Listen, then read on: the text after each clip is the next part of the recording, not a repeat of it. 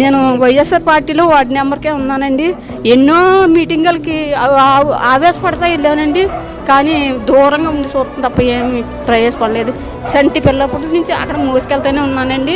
పవన్ కళ్యాణ్ గారు చేసినట్టు జగన్ గారు కూడా మమ్మల్ని చేరదీయలేదు.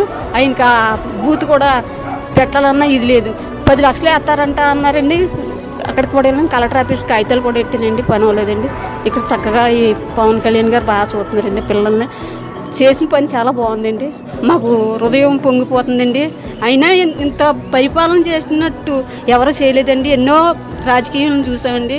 ఇలాంటి పిల్లల్ని సేరదీసి తన కష్టాజీతం ఈ పిల్లలకి ఎట్టాలని చూస్తున్నాడంటే ఆయన మహానుభావుడు అండి. షూటింగ్లో కూడా పోలేంత సెట్టాలని చూడేసి మేము ఎన్నోసార్లు ఫోన్ చేసి రింగ్ ఇచ్చి చూడమండి, ఫోన్ చేసి కట్ చేసి చూడండి.